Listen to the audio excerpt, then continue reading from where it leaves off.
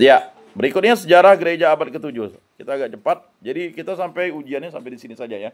Walaupun di dalam silapusnya tuh sebenarnya ini. Karena terpotong, kita tidak bisa lagi mau jum, mau kapan ya kan. Ya, mau jum kapan? Ya. Karena banyak ini ya. Nantilah kita setelah ujian mid nanti baru kita ya yang belum terkejar. Baik, kita sejarah gereja abad ke-7. Pada abad ke-7, perkembangan gereja Kristen sangat dipengaruhi oleh perubahan politik, teologis, dan ekspansi agama lain, terutama Islam. Jadi pada abad ke-7 itu terjadilah perubahannya. Karena pada abad ke-1 sampai abad ke-6, tantangannya adalah melawan yang namanya kekuasaan Romawi. Makanya Kaisar Nero itu sampai membakar kota Roma dan dituduhlah Rasul Paulus. Dan ingat ya, Kaisar Nero itu membakar orang-orang Kristen, orang-orang Katolik itu jadi obor supaya kekatolikan itu ya sama. Makanya mengapa Paulus itu dipenggal kepalanya? Karena dia orang Roma, statusnya warga negara Roma. Tetapi kalau dia bukan orang Roma, dia akan disalib. Makanya Yesus disalib. Ya. Karena hukuman salib itu adalah hukuman yang paling keji untuk mengingatkan orang supaya tidak melawan pemerintah Romawi ya, dan tidak memberontak terhadap pemerintah Romawi. Nah, makanya rata-rata murid Yesus itu disalib. Ya. Kalau Andreas itu disalib X kakinya. Nah, Petrus itu dia minta sendiri disalib terbalik. Ya, jadi kepala di bawah. Dia tidak layak katanya dibaptis. Disalib seperti Yesus. Karena dia menyangkal Yesus. Lalu waktu pas Roma dibakar Nero, dia mau lari, lalu ketemu Yesus. Lalulah dia bilang, ya, Quo padis Domine. Mau kemana Yesus? Mau disalibkan 2 kali katanya. Ya. Jadi ketika kita berdosa, kita menyalibkan Yesus terus-menerus begitu. Nah, itu inspirasi pada pekan suci ini. Nah, kita lihat ya. Ada yang namanya kekristenan Kekaisaran Bizantium, Romawi Timur. Ada Romawi Barat, itu Roma, ada Bizantium, Romawi Timur. Jadi, karena terlalu jauh, maka didirikanlah satu keuskupan lagi yang mengikuti namanya, ya kan? Karena setelah Nero tidak berkuasa lagi, lalu ada kaisar yang menjadi Katolik. Nah, akibatnya hubungan mesra itu. Penyebaran Katolik itu luar biasa, atau penyebaran Kristen tuh. Jadi Kekaisaran Bizantium di bawah Kaisar Heraklius 610 sampai 641 menghadapi tantangan besar dari Kekaisaran Persia, Sasaniyah, dan kemudian dari ekspansi Islam. Jadi karena bergabung begitu, jadi kekuatan negara itu akhirnya antara agama dan negara itu tidak bisa terpisah. Nah, ini persoalan. Nah, nanti kalian belajar sejarah dunia ya. Nah, pada masa ini terjadi kontroversi monotelistisme, sebuah ajaran yang berusaha menyatukan perpecahan antara gereja ortodok dan kaum monofisit dengan mengajarkan bahwa Kristus hanya memiliki satu kehendak ilahi. Jadi di Kekaisaran Bizantium itu nanti dia kan ada skisma tuh tahun 1054 ya. Nah, skisma itu menyebabkan ya terpisahnya kekristenan itu. Ya, ada Katolik, ada Ortodok. Ya. Tetapi ya, suksesi apostolik itu tetap pada gereja Katolik. Ya. Sebenarnya pada tahun 465-an waktu konsili Kalsedon pun udah ada yang memisahkan diri. Ya. Sebenarnya pada abad pertama juga udah ada kaum Arianisme ya yang sudah sesat bid'ah. Makanya ada konsili Yerusalem. Ya. Sama seperti mengapa orang Kristen itu bisa memakan barang-barang yang dulunya dianggap haram oleh orang Yahudi. Kalau kita tahu ya, ada cerita dalam nubuat Daniel itu kan Sadrak, Mesak, dan Abednego. Dia kan harus menyembah patung emas kan? Itu tidak bisa dikaitkan dengan orang Katolik lalu berdoa dengan benda sakramentali. Kan itu diserang tuh. Hendaklah kamu jangan menyembah patung-patung katanya. Sesuai dengan apa ajaran firman Tuhan dalam perjanjian lama. Hendak begitu. Ya. Ingat pada kitab Kejadian. Kitab Kejadian ini keluaran. Ya. Banyak orang Israel tuh digigit ular, dipatuk ular. Akhirnya Allah tuh menyuruhnya apa? Menyuruh Musa apa? Ya kan? Buatlah ular dari tembaga kan? Barang siapa yang melihat ular itu, dia tidak akan mati kalau terpagut ular. Dia akan selamat. Siapa yang menyuruh? Nah, makanya lambang pengobatan itu kan ular. Nah, lihat lambang pengobatan. Hah? Nah, itu ya. Jadi jelas. Ya. Itu beda konteks. Sadrak, Mesak, dan Abednego itu adalah orang-orang yang Yahudi yang sangat percaya kepada Allah.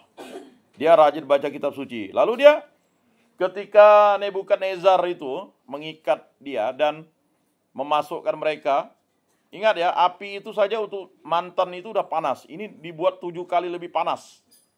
Jadi Sadrak, Mesak, dan Abednego itu dimasukkan ke dalam tungku api yang panas. Lalu apa dia itu? Tiba-tiba ditanya sama pegawai atau tentaranya si Nebukadnezar. Sampai dia ngomong sebelumnya. Ya kan? Dewa yang kayak apa yang akan membebaskan Sadrak, Mesak, dan Abednego? Lalu Nebukadnezar tuh langsung terhempas dirinya ketika dilaporkan. Oh, bagaimana? Udah hangus enggak dia? Enggak, katanya. Dia santai-santai aja di situ. Bahkan ada satu orang, mukanya seperti anak dewa, itulah Yesus kan. Jadi apa yang dia lakukan? Keliling-keliling ya di situ. Dia nyanyi itu. Apa tuh? Dia nyanyinya. Hah? Dia nyanyinya itu tadi lagu sekolah minggu tuh. Doa tiap hari, baca kitab suci, baca kitab suci, doa tiap hari. Loh, kok ketawa? Ya karena apa yang dilakukan Sadrak, Mesak, dan Abednego yang melakukan firman Tuhan. Ya kan?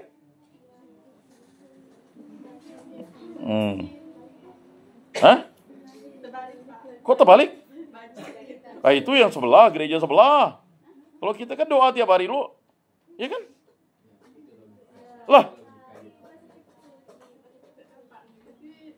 Iya tahu saya terbalik. Kalau kita kan doa tiap hari dulu. Hah? Bukan. Kalau kita Katolik itu kan imannya kan doa tiap hari. Doa tiap hari, baca kitab suci kan? Kamu tanda salib dulu kah atau baca kitab suci dulu? Tanda salib dulu, baru. Berapa kali dalam satu hari kalian mendengar dan membaca kitab suci harusnya? Hah? Setahu saya ada 7 kali. Itu kan waktu kita doa, misa harian itu ada antipon sebenarnya.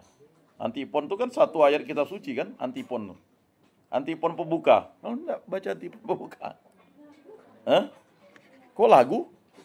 Sebelum tanda salib itu kan ada antipon pembuka, kita mendengarkan kitab suci.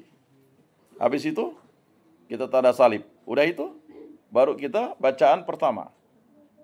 Atau udah itu Mazmur antar bacaan. Setelah itu ya kan Mazmur pengantar Injil. Bisa juga dari kitab Ayub tuh, pengantar Injil, bait pengantar Injil.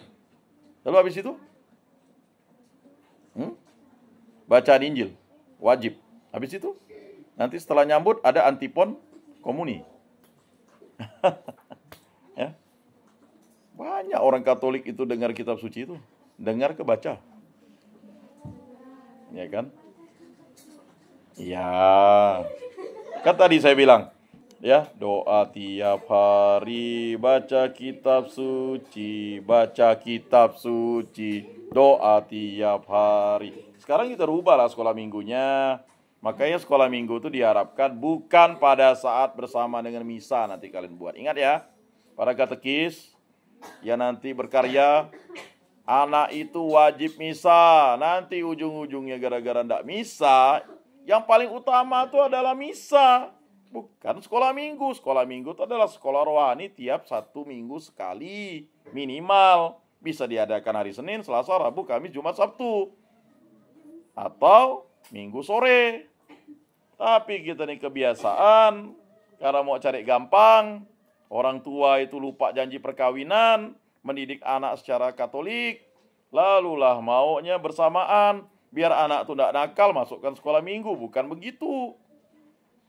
Bina iman anak tuh namanya macam-macam lah. Bina iman anak, ya kan. Sekolah minggu, ya sekolah minggu. Ya orang Buddha juga pakai sekolah minggu sekarang. Jadi sekolah minggu tuh sekolah iman seminggu sekali, minimal. Jadi kalau kalian punya anak nanti tuh bawa tuh, jangan lalu ndak. Ya, para orang muda, kapan lagi kalian mau menjadikan anak itu beriman? Baik, kita masuk di sini ya. Jadi itu dia. Akhirnya Konsili Lateran 649 di Roma akhirnya menolak monotelistisme. Jadi sebelum, ingat, gereja Ritus Timur ini belum nih, Ortodok ini belum berpisah dari, masih satu dia kekristenan itu.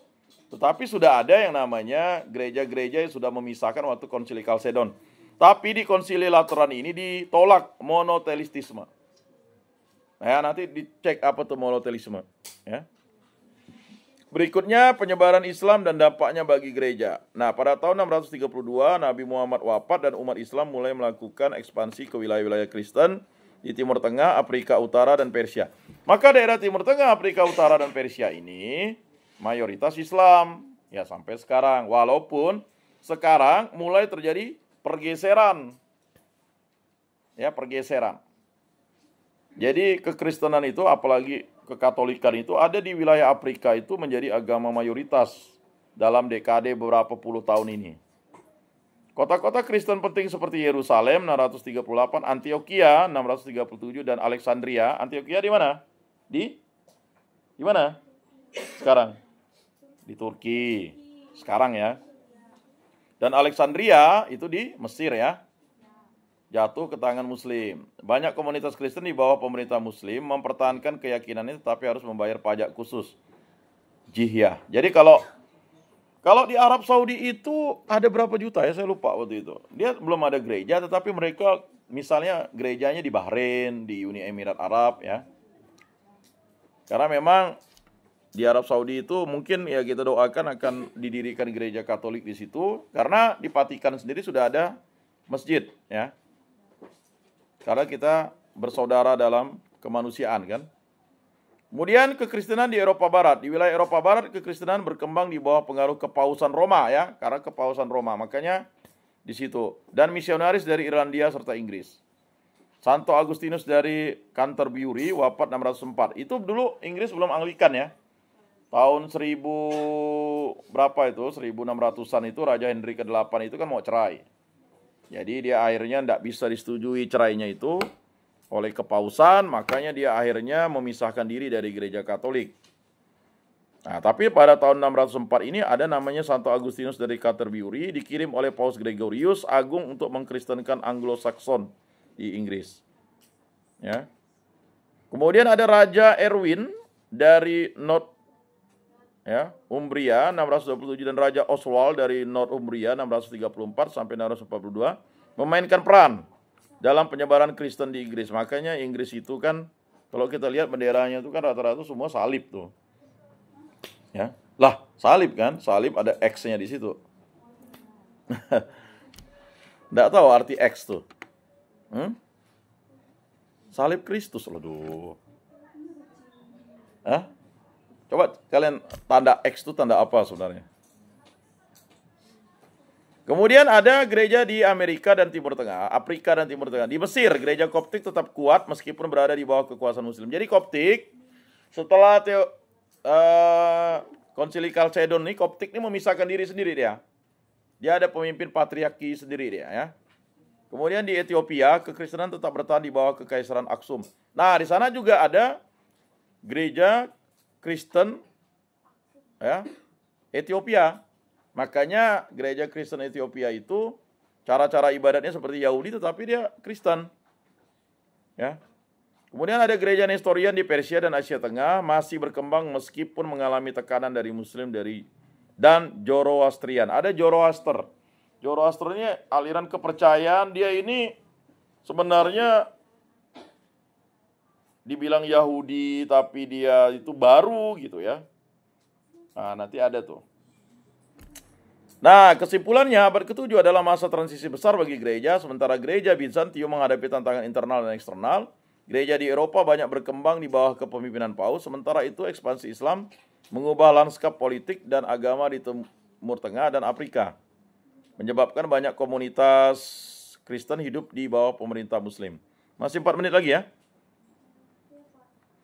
Selanjutnya, ini sepertinya udah. Oh, belum.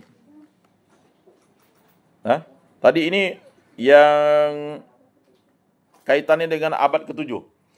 Jadi pada abad ke-7 tidak ada bukti konkret tentang keberadaan komunitas Kristen atau gereja yang berkembang di Nusantara. Namun beberapa indikasi menunjukkan bahwa Nusantara sudah memiliki kontak dengan komunitas Kristen dari luar, terutama dari Persia dan India.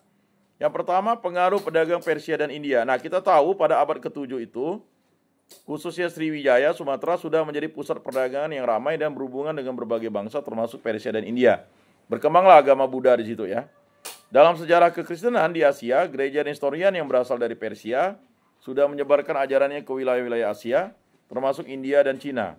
Ada kemungkinan pedagang atau misionaris Nestorian singgah di beberapa pelabuhan Nusantara seperti di Sumatera atau Jawa, meskipun tidak ada bukti tertulis yang pasti mengenai keberadaan komunitas Kristen pada masa ini.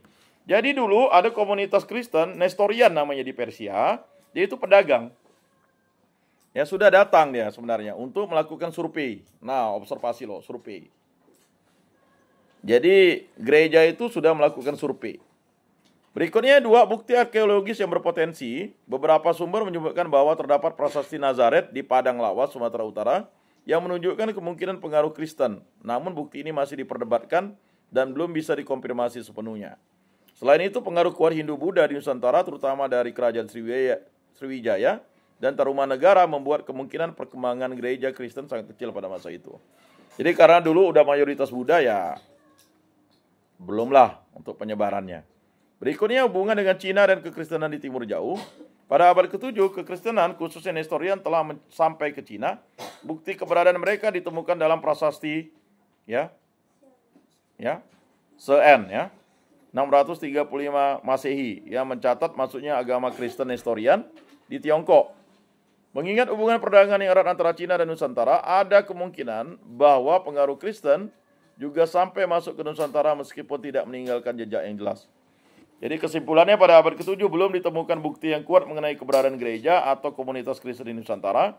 Namun kontak perdagangan dengan pedagang Persia, India, dan Cina yang sudah mengenal kekristenan menunjukkan kemungkinan bahwa ajaran Kristen sudah mulai dikenal meskipun belum berkembang secara luas. Perkembangan kekristenan di Nusantara baru benar-benar terlihat pada abad ke-14 hingga 16 dengan kedatangan bangsa Portugis.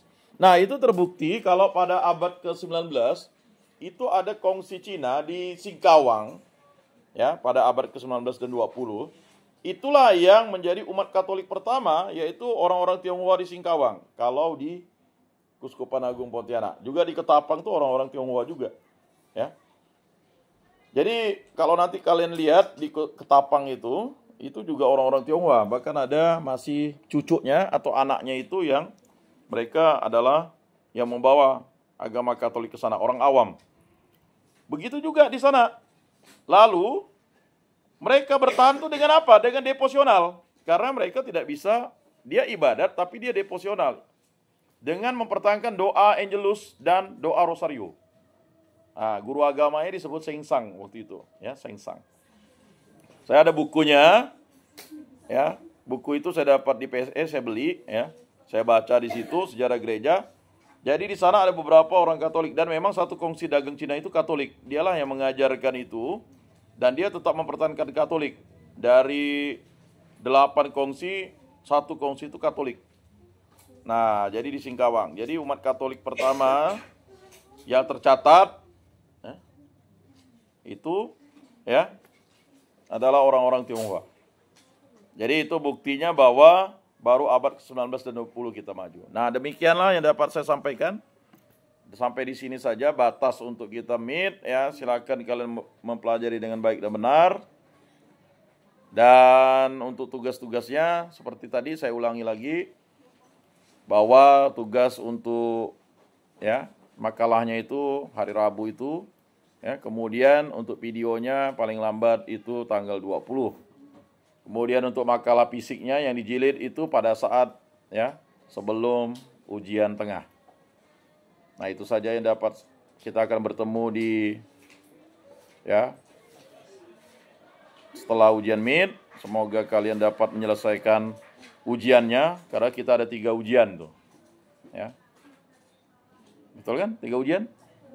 Ujian makalahnya, ujian videonya, dan ujian tulisnya. Semoga bermakna dan bermanfaat dalam hidup kita. Mari kita tutup dengan doa. Dalam nama Bapa dan Putra dan Roh Kudus. Amin. Allah Tritunggal Yang Maha Kudus, kami bersyukur pada masa pekan suci ini kami bisa tetap menimba ilmu di Sekolah Tinggi Agama Katolik Negeri Pontianak ini. Pada masa Senin suci ini kami merefleksikan diri kami bahwa karya agungmu sungguh luar biasa. Kami akan merayakan peristiwa Paskah, tetapi sebelumnya kami akan merayakan bagaimana kisah sengsaramu dimulai dari Kamis Putih dan Jumat Agung serta Sabtu Suci atau Sabtu Sunyi, dan akhirnya kami akan merayakan Paskah yang terbesar bagi perayaan iman kami. Engkau selalu membimbing menyertai kami dan berkatilah kami, walaupun kami di tempat ini tidak merayakan Paskah bersama keluarga atau merayakan Paskah bersama keluarga, berkati, bimbing, lindungilah kami, agar kemenangan akan dosa yang dilakukan oleh Yesus Kristus juga menjadi tanda rahmat bagi kami, bahwa Engkaulah satu-satunya Tuhan dan Juru Selamat kami. Semua doa kami serahkan dengan peraturan Tuhan kami Yesus Kristus yang hidup dan meraja kini dan sepanjang segala masa. Amin. Dalam nama Bapa dan Putra dan Roh Kudus. Amin. Salam, salam kasih, damai dan sejahtera. Tuhan memberkati, menyertai dan melindungi. Salve.